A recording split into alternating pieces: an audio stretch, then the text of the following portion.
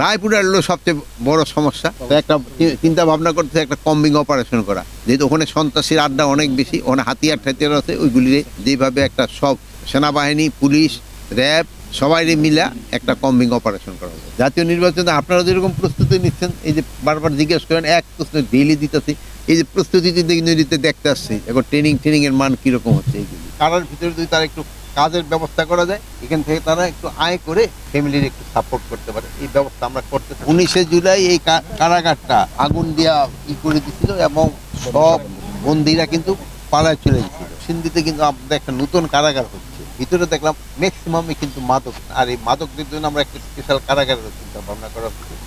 19শে July most probably 19শে July এই কারাগারটা আগুন দিয়া করে দিছিল এবং সব বন্দীরা কিন্তু পালায় চলে গেছিল।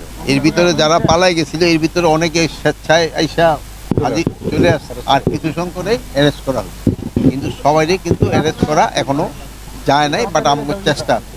এবং কিছু হাতিয়ারও উদ্ধার হয়েছে, অনেক হাতিয়ার চলে গেছিল, বাট ম্যাক্সিমাম হাতিয়ারই উদ্ধার হয়েছে। আর এখানে বন্দীদের দেখার উদ্দেশ্য হলো আমাদের এই সরকার আসার পর বন্দীদের কিন্তু একটু খাবার মানটা উন্নত করছে। আগে যেই পরিমাণ তাদের খাবার দেওয়া হতো, এখন একটু খাবারের মানটা উন্নত করা হচ্ছে। আর একটা জানান যে নরসিংদীতে কিন্তু আমাদের একটা নতুন কারাগার হচ্ছে, যেহেতু এই কারাগারটা কিন্তু একটু অনেক সময় ওভারলোড হয়ে যায়।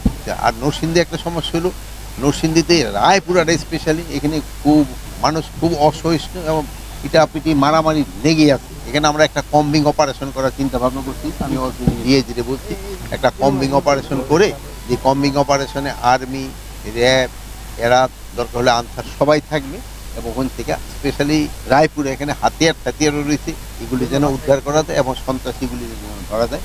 এই জন্য আপনাদের একটু সাহায্য এবং সহযোগিতার দরকার হবে। আর এখানে ভিতরে দেখলাম ম্যাক্সিমামই কিন্তু ম্যাক্সিমাম লোক মাদকে, এটার ক্ষেত্রে আপনাদের একটু দরকার, আপনারা জনগণকে একটু সচেতন করতে হবে। মাদক কিন্তু কোনো উপকার তো নেই, এটা অপকার ছাড়া কিন্তু কোনো উপকার নেই। আর এই মাদকদের জন্য আমরা একটা স্পেশাল কারাগারের চিন্তা ভাবনা করা হচ্ছে।